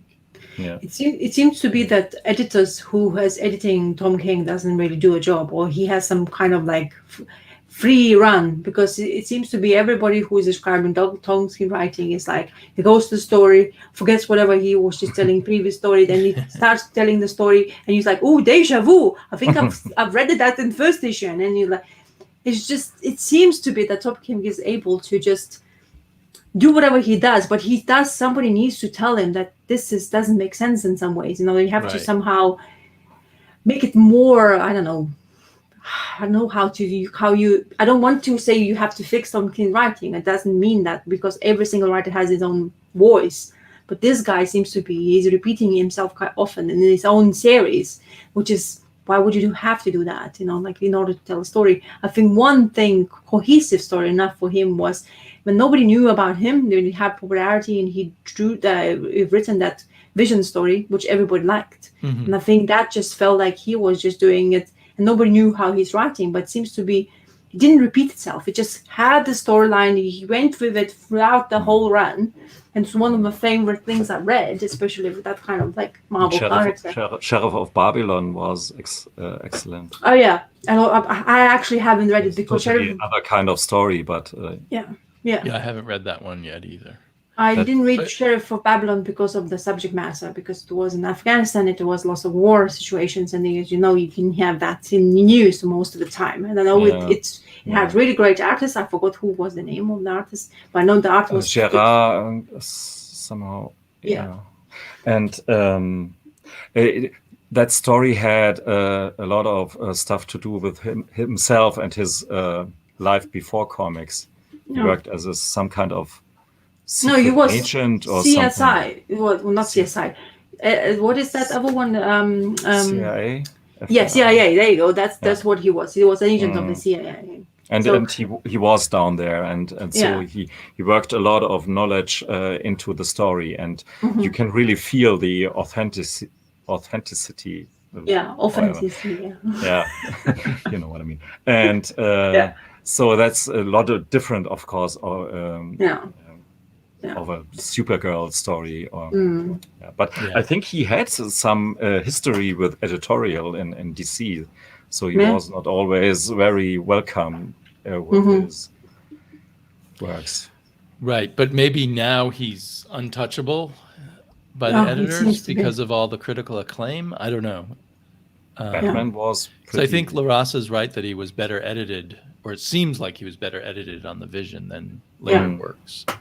Because it just feels like it's cohesive storyline, like it seems to be whatever I've read, like a Batman stuff. It just felt he didn't know where he wanted to go with it. It's still completely like it looks like he's exploring something, and nobody tells him that you have already explored that area and you can move on now. You can continue with whatever your first idea was. It's just the way I feel it, but like. It's maybe lots of people who's fan of his writing, so good up to that. But I just can't get into any other thing, because every single time I explore his writing is just like, I don't know, I just don't understand it. Like there's a couple of things. I forgot the last time he was doing some other, like he does those 8 issues now. He's famous for that now, isn't he? He does only the minis now. He doesn't do ongoing stories since Batman, I think. So there's other one I was reading and still I couldn't understand why. Oh, Mr. Miracle. He was doing Mr. Miracle series. And I enjoyed it at the beginning. It was nice, but because when he goes to the psyche of him and then the Barda got involved and all that stuff, it was fascinating, to be honest. But the way it ended, I was like, Maybe you have, and maybe we went extra mile somewhere. I didn't get it, but maybe just me. So, no. Well, I think we're in trouble with the CIA now. Yeah, big time. Yeah. Not a good group to get in trouble with. But the Culinary Institute of America, not so bad. Yeah, but we were just touching the subject of food and how to bake something like Supergirl cake, I guess. Perhaps in Tom King's defense, what might also have happened is that once he became popular, he was given too many projects to do at once. Yeah, because that's what they do. You know, then they have you write issues out of order and all that kind of thing for the different artists and whatnot. Yeah. Not that it feels like the Supergirl thing is more cohesive. Oh, is it? Well, that's good. So I'm far. glad. Well, you have still 8 issues, isn't it? It's 8 issue series as well. Yeah, 8 issues. Yeah. And totally enjoyable. I mean, you don't have to think too deep about it, but that was not. Yeah. But it's a bit of a meaty read. It's not just your average DC comic still. I think I probably would buy that or read the collected edition from him just because of the artist. I think she's more. I'm more intrigued with her. I definitely need to get into that. What she was doing with the Sandman series. Yeah, the dreaming. Definitely. Yeah. She's definitely an artist who makes you to follow. Yeah. So, what have you got for us next, Ross? Well, talking about Sandman, I did on purpose. Segue. Yeah. So I'm continuously reading Sandman in my Adventures of Sandman. So I'm on volume number 5, and this volume is called The Game of You. And it's actually, so since the volume 4, it was kind of like all individual issues, but now we're back to more like an ongoing series. Right. So this is, we're following the character called Barbie. And I absolutely love the art. So it's a couple of artists, to be honest, so it's changed in this one. But the main guy who's drawing the series is Sean McManus. And then other one is you'll see, what's her name? Yeah, you get Colleen Doran afterwards, and apparently Brian Talbot is involved as well. But I didn't finish yet this volume because it's quite a dense and intense storyline, which I have to I concentrate following. But it's extremely entertaining. Once again, Neil Gaiman is getting my attention for sure with the series. More so, I'm going into it as well. So so we have this Barbie. The first couple of pages we start in at first. That's the cover, by the way, of the original comic. And then at first I was like, the way it started is called The Land, and I was like, okay, it's kind of contents of story. But then I realized that actually we are in a dream world, or one of the dreams of this girl. So this girl, Barbie, she is a princess of the land. And the way she is in charge of the land, when she dreams, she becomes the princess. So basically, she in the real world, she lives in this apartment where there's several characters who's living in the same apartment, kind of like. And then we have this transgender character called Wanda. It's funny, she has red hair as well. I guess all Wonders are redheaded. Anyway, so but she's always sleepy and she's like very tired all the time. And this Wanda, a friend of hers, is trying to entertain her. And then have other characters like Tessali, I think her name is. Tessali, there you go. Sorry, I didn't know how to pronounce that name. Anyway, so and then you have other two girls, Hazel. And what other names? Oh, I forgot. No, I can't see it, of course, now when I want it. Anyway, so these two couple of Hazel and her girlfriend. So it's entertaining to just watch this, almost like watching TV show, only the apartment scenes everywhere and all the characters involved in here. But there is this character here who is he is working for the bad guy of the land, where he's after this Barbie girl. And of course we get Sandman involved in here because everything happens in the dream world. It's absolutely fantastic because there's it seems to be whatever she was dreaming before, the character came in fruition, but he's came to find her because they're in trouble because of the cuckoo. So the cuckoo is the bad guys of this world, or of the land, and she's supposed to be their savior. So they're trying to find her in the real world. So he comes in here, but unfortunately, because he looks like that in the real world, his only way of because people don't acknowledge big hairy dogs apparently, and they get shot down in the street. And when she sees it, because like when you think it's a dream, you don't believe it. You think if you kind of start talking about that, she was like, I've just had the bad dreams and stuff. Anyway, but apparently she hasn't been dreaming for 2 years. So I guess that's why they had to come, the people of the land, and this is the characters of the land. So you have a monkey, you have a parrot, and you have this, what is he? Like, I don't even know what he is as a character. What things? But anyway. I've never read this one, so I don't know. Yeah. So she has this amulet. So they gave it as amulet. And apparently this amulet is where she can be transported into the world. And anyways, to basically start to save them. It's really kind of like intense because you have the guy who eats birds, and then it looks like very sinister. This is like freaky. I mean, come on, you see that in a dream, you're gonna freak out and you say you're gonna have a nightmare. He reminds me of one of the manga animation character. And stuff like that. But anyway, I'm maybe a bit vague in here because I haven't really finished the story, so I don't know the ending of it. But so far, what I've explored in here is just discovering that she's actually that Princess Barbie. She discovering that whatever she was doing is actually came true. Bird Eater Lad, yeah, that's his name exactly. And then so that's his power. Well, that's what he was doing. Basically, he's kept all his birdies in his ribcage. So he opens up his chest, nicely opens with a knife, and it's like, "Here you go, you can come out now." So all the birdies are going out. So apparently, this is how the cuckoo can take these birds. They land on the people who is dreaming, and they dream nightmares. That's what they do. Just so they are kind of creatures of nightmare. I don't know.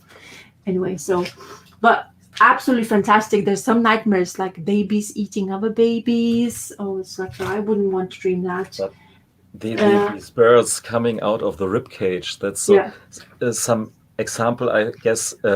Why Neil Gaiman is so great. I mean, you can have this drawn by almost anybody. Yeah. And it's still an intense image. Yeah. And I think my favorite character so far is Thessaly. Again, I don't know how to say her name. Anyway, so she's my favorite because she looks like nonchalant character. She goes by her day. Suddenly she has a knife and she knows exactly what to do next. So what she does, she basically kills the guy. And that's when the Colleen Dorian's art comes in chapter 3, and it's a bit of a stark image because some of the characters looks quite different, but like especially the character I really like. And then basically because she killed that guy, they stopped dreaming nightmares, and then she came to find them because apparently they still need to help to Barbie because Barbie is dreaming and she's lying on the bed, kind of catatonic motion. And then she has a solution, and they get really scared of her because she is like, "Are you a witch?" And they're asking you like, "What are you doing?" And they showed what she's basically like. She shows them everything, whatever happening, and then she's like, and she shows the guy she killed, and they are freaking out. Like, "Who are you? My neighbor?" It's like a murder next door kind of thing solution. But anyway, it's really fantastic story so far. I'm looking forward to finishing it. Of course, I haven't done because it's quite extensive. I'm almost glad that you haven't read it any further because what comes next is some of the freakiest stuff in Sandman at all. Yeah. What she does with the guy. Yeah, that's I read it that. Okay. She skins the guy, takes his skin off his face, because apparently when she kills him, she still wants to have a conversation. So that's what she does. So she this is the way she takes the tongue out. She's like actually chews it and like pulls it out, and then she slices it open, and then she basically hands him on the wall next to her Barbie's poster. And it's like, okay, now you're gonna have to talk to me. And actual face, whatever she made up on the wall, she says, "Who calls me? Who dares call me back? From the high shore." And she's like, "That's me. I dare. Here I charge you to command you in all things to speak the truth, holding back nothing." So she's like, doesn't pull punches. She's awesome as a character in here, definitely. Wow. My favorite. And the wonder, she can't bear it anymore. She's just puking all over the place. She's like, "I'm feeling sick, so go to the bathroom, like toilet." She's like, "I can't. There's like that guy inside it," but she can't take it anymore because she's seeing these images. So imagine because imagine you dreaming a nightmare and you wake up and it's still nightmare kind of thing, like you in the nightmare as well. It's really good. As I say, I haven't yet finished, so I don't really know how to explain the story. But I'm looking forward to it. It's definitely really well written, of course, like always is. And the characters and I think this character as well has her own mini.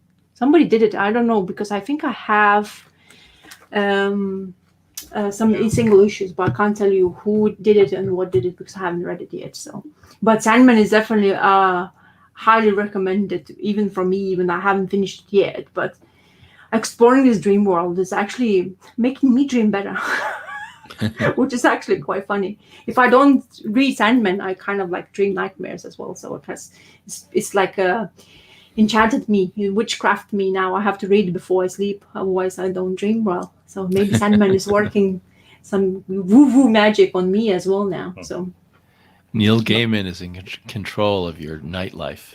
Yeah, looks like it. I mean, it takes control over all you, because I only every single time I read this, it gets, and it's the art exploration is really nice in here as well. They go in this, how she summons this lady when she wants to get into dream world, and it seems to be, it's not very easy task to get to see Sandman, and everybody has to go through a lot of this stuff. So yeah, very good and entertaining. So I'm gonna be on chapter 4, which is we're gonna explore the actual land.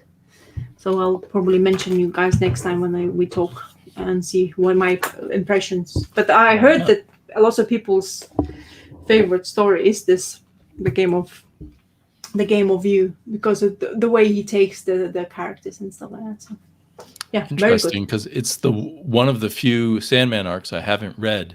Mm-hmm. I think when it came out in the single issues, I'd finally realized that you needed to read the whole arc together. Yeah. So I collected the single issues, planning to wait and read it till when all the issues came out. And then I forgot to read it, and it's in a box somewhere. And I've never read that particular arc. It's kind of retarded of me. Yeah. But that means something to look forward to that I've never read before. So I'm glad you brought it up, and I'd forgotten I hadn't read it. It's I don't know. I thought from when you had those single issue stories, they were really good and entertaining. But I think it's really nice when he goes dissects the story completely in the several chapters. And it seems to be. I hope it will be as rewarding as it was so far from a couple of just chapters reading it. But it's just the way the psyche, the way the people, the characters reacts, the way you have the hero kind of / bad guys in here, which is interesting. And all, maybe because it's all females in there, all a part of Wanda, of course, because Wanda is transgender. He, a man wearing feeling as a female. So. I wonder if that's one of the first transgender characters in a comic. I don't know, to be honest. That was quite a long time ago. Yeah, it's 90s, 90s. Although probably Grant Morrison did one before then. I'm not sure. Yeah. There was... Didn't he have one in the Invisibles? I'm not sure which came first. Yeah. I haven't read Invisibles as well, which is something of my... Sandman might have come first. I don't know. Yeah. Wanda is just a fantastic character, especially what comes after that. and she has a whole lifetime in the comic, so to speak. Good. I'm glad. And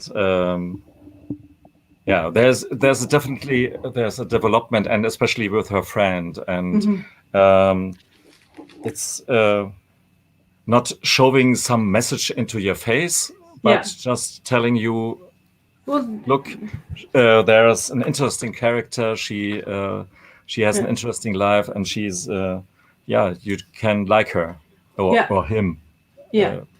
But his nightmares, you can see, you just have a slight glimpse of what he's afraid of, because his dream was like he's wearing this dress, and it's like it really suits him. And then he says like, he has there's problems with his parents. Who always wanted him to be the boy that he actually is, but he always refused that. And it's actually pretty sad when you think about it, but very, very well written. And in the story part, I wasn't. With the first reading, I was not so fond of the fantasy world, with all the plushy animals, and I think I just didn't understand it the first time. I see. The ramifications for the bigger picture. So now I'm definitely gonna need to read it as soon as possible. No big thing, but I read it really on eye level as some. I really understood, and not just a little, and was a bit confused.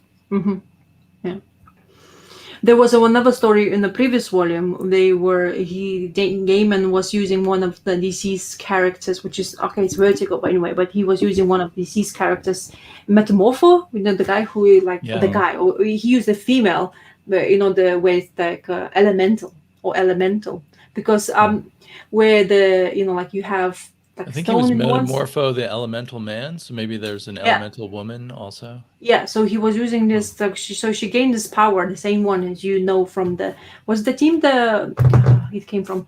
Anyway, but she was wanting to kill herself, and the dreams, the Sandman's sister, the Death, she came to just have a talk, and they had this conversation. Like somebody's suicidal. And they just had this plain conversation. Neil Gaiman takes that kind of part, and it does feel like she wants to kill herself. Like literally, I can't kill myself. I'm living too long. I don't want these powers, because she's keep on changing, and like her face is in the way she doesn't feel like the society's accepting her who she is. And the way Neil Gaiman took that storyline, that's like interesting. The way of how he took a superhero character in the real world, how they felt as like your powers, or like the thing would have to think of as well, because people look at you like a stranger, like a weirdo, like you're not accepted in real life society because you're a stranger, kind of like the way you look at. So that story was, and her reward was to die, and Death just basically gave it to her in the conversation while they were having just a random like sit down conversation to see how she felt, and she showed the solution how to die. And the only way she had to die is just to look in the sun. Yeah. and she disappeared. That was a lovely way of telling the storyline, which I really liked as well. Yeah. So he touches subjects quite a few times in this series as well. So I think it doesn't shy away from anything, it seems to be, which is nice. Yeah. Okay, well, I'm going to wrap things up by discussing two short stories that I read. Tower of Shadows.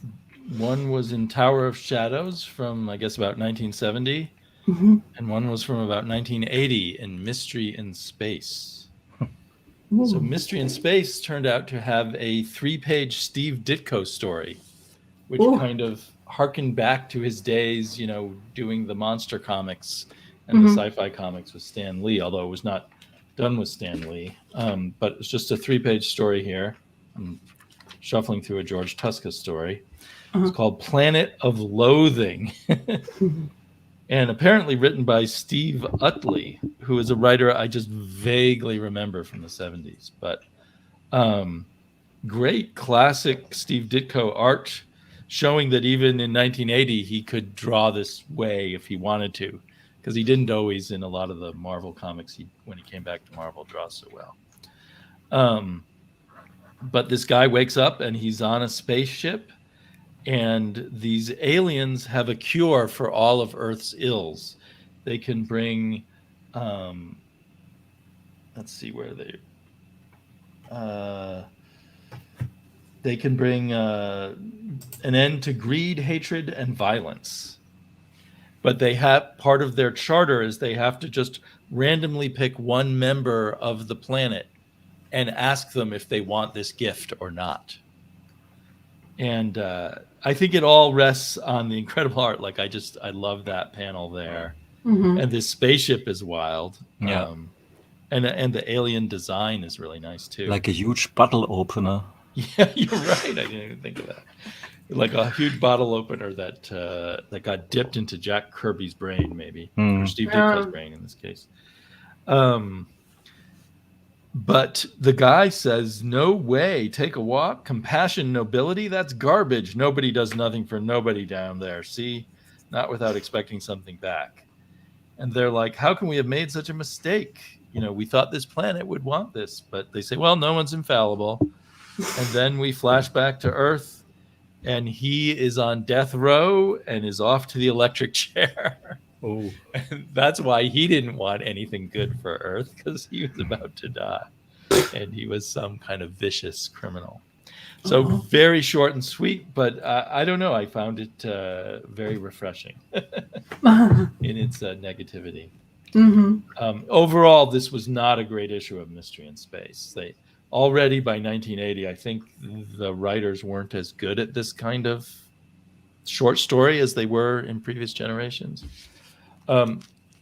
Now, this is Tower of Shadows #1. Most of the horror comics by Marvel at this point were reprints, but they must have decided, let's put a lot of our star artists onto some horror stories and see how it goes. And the first one is the more Jim Steranko. And that's why this is 1969. I was wrong, not 1970. Yeah. And this kind of prefigures my other Jim Steranko book in terms of his art style is already moving away from the Jack Kirby style and is playing with the shadows and the sense of drawing maybe on movie images and such, and the playing with panels. And boy, does he play with panels in this one. And he wrote, drew, and I presume colored it, because I've read that he did a lot of coloring. They didn't credit colors back then. But the coloring is unusual for a Marvel comic at the time. But look at this paneling. It is just wild. And it takes a while to read it. And I felt a little impatient because it was kind of a standard story where the woman just wants money and there's a weak man who she is pushing to just find the money, and who cares about anything else? You know, that kind of sexist old view of the woman gold digger. So she married him knowing he had a rich uncle. And eventually, I'm going to spoil this if no one minds. It turns out she convinced him to kill his own uncle, who he loved. So they're exploring the uncle's old mansion because she believes he had all kinds of treasure there. I'm trying to get, if we can get some focus. See the incredible architecture, the amount of work that Steranko must have put in on each page is incredible. And he'll go for the like big cinematic shot, often in multiple panels or like there. And then these little moments, and it changes the pace of the emotion. So it's this very cliched kind of sexist story, but the way he spreads it out and paces it is just amazing. Like this amazing shot here, and you know, you don't see modern Marvel comic book artists doing all that kind of work on the background or this kind of stuff. And they eventually find the uncle's secret room. And this is kind of an amazing sequence where there's the secret door and the way he's done these panels around it and everything. And when they go into a secret room, there's all these books of black magic. And it's kind of revealed that that the uncle had been working on magical ways of time travel. And that's when we get these in white flashbacks of how he pushed his uncle to his death. Mm-hmm. And they find the jewelry, and there's crowns and everything here. And the wife puts on the crown and the medallions and whatnot. Mm-hmm. And then the door opens to time travel. And the uncle is actually there in the past at the time of the guillotine in France. The what do you call it? The French Revolution. Mm-hmm. And they're all dressed up as royalty. And so the twist end of the story is they get their heads chopped off in 1700s France. That serves you right. The art is just incredible, really. It's a 7-page story. It took me quite a long time to read and just sort of go through all the panels. So anyway, I assume this has been reprinted in places. I can't imagine it hasn't been. Supposedly Steranko eventually left Marvel because he told Stan Lee, I don't want you changing any of my panels and editing anything.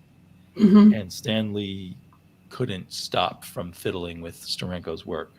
And so Steranko left. That's the supposed story that I've heard. I don't know if that's really true. I imagine, back then they probably paid you like $40 a page, and you didn't own any rights or get any royalties or anything to put all this work into it.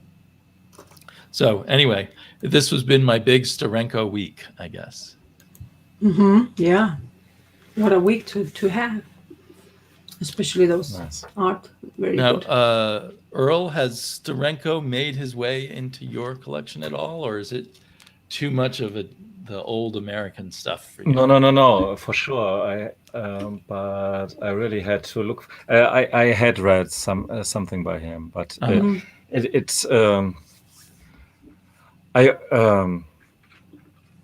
arranged it somehow under the classic American style somewhere. And,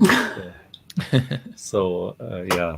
Maybe you have some of the like Nick Fury of S.H.I.E.L.D. stuff reprinted or something else? No, there's not a whole lot of Steranko out there. Yeah. Mm-hmm.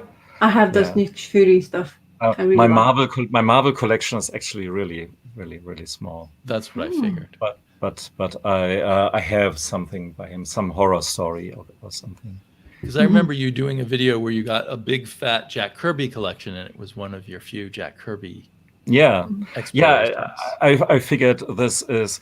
I mean, I have so many artists that when I start reading one book, I have to get them all. Right. Mm-hmm. With Kirby, it's just too much. I mean, yes. I totally get why you're loving Kirby so much. Mm-hmm. It's not my first interest, so right. But I had to have something of him, and it had to be some kind of statement to remind me, okay, this book and nothing more. And the king size Kirby one that you own as well it's just a fantastic book with Fantastic Four #1 and several issues of this stuff. And yeah, if you have to own one Kirby book, that's a very good one to own. I guess really for me, Kirby might be like Carl Barks is for you, with a childhood connection and a need to own all of it. Yeah, I was actually to contradict myself. I was a bit tempted with the what's the series he did for DC? New Gods. Yeah, the New Gods Absolutes. I think you would like that. Yeah. But I'm afraid very nice. They're one of the ugliest Absolutes I know of. Yeah. Mm-hmm. Yes, some told me differently. So yeah. I personally would recommend the New Gods or the Fourth World omnibus over the Absolutes. Okay. The giant stuff, which has 1,000 pages. You're talking about that? They're very bulky. Yes. Yeah, that's the one which is basically you. Earl has the muscles for it. You don't need to buy cakes to exercise. Just buy the omnibus. It's just like proper, like weightlifting machine for sure. I don't have it. I because I was afraid of the amount of. I mean, how do you turn the pages by? Yeah. It's Jack Kirby. What king size Kirby you talking about? Now that's a Marvel king size Kirby. It comes in a slipcase. Oh, I really? don't know if it's out of print or in now print. I want to. Earl Grey doesn't have a reach as to run away. So it has a sampling of all his Marvel work, like from the early 60s, or maybe even pre-Fantastic Four, up to the last stuff he did in the 70s. Oh, okay. I think I've seen some of you actually showing that on the video. That's a good weightlifting book too. Probably even better than your average omnibus. Is it probably like a crazy price now, isn't it, King? Yeah, I guess you can't. Maybe you can't get it anymore. I'm checking. I'm checking eBay already, just to check to see if it's people selling it. Of course not. Oh, we do. Wow. Okay, that's pricey, man. Jeez. Yeah. 162 pounds. Its list price might have been 150 or 200. I'm not sure. Yeah. Dollars, but.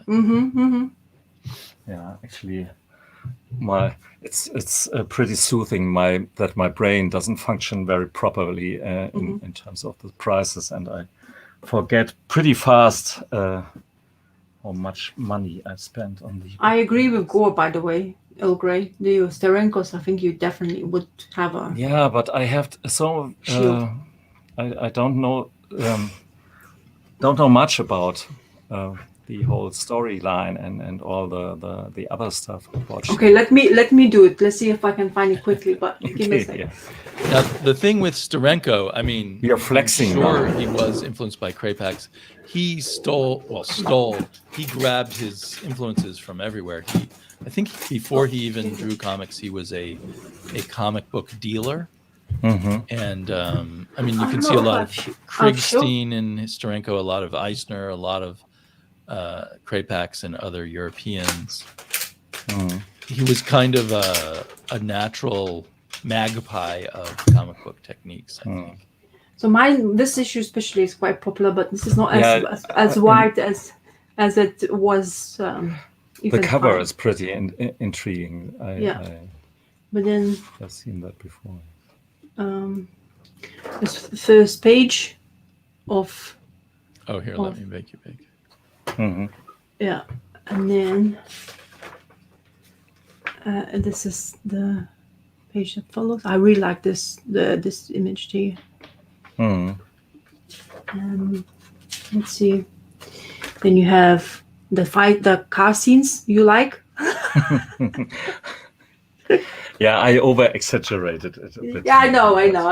But it's a flying car. You see, it's a flying car. It's like the famous Nick Fury's flying car. Cool. But look at the lady with her hands and stuff. That's just fantastic. It's really beautiful. I mean, as I say, it's like the face and all that stuff, and it's. I honestly, oh my god! Now I'm gonna have to reread it. I think you gave me the kick of Steranko again. So. It is. His art style evolves throughout that run. Oh, look. The ship which can it looks crazy. Yeah. It looks crazy. Yeah, but it's just one issue, right? There's so much more craziness. I just showed you the famous, what people really like to own as in the thing. But yeah, I think it's really fantastically done, to be honest. Yeah. Yeah, I have to look for more Steranko here. Yeah. But yeah, this is the last page, yeah. Yeah, it was the last page, but there's one of them. But I really like all of them. Looks fantastic. It's the other ones have a little bit more exploration, and then the way they does the paneling as well. It just looks very kind of trippy.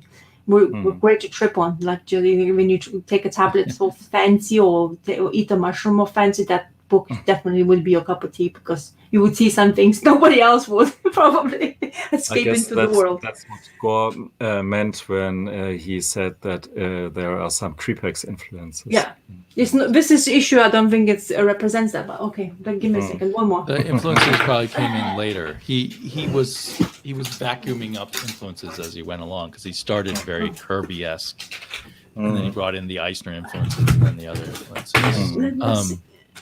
And we know you don't have enough comics, so we need to convince you to get more. We all don't have enough comics. That's the space one. That cover has been copied so much, but it's kind of a Wally Wood tribute in the first place. Yeah.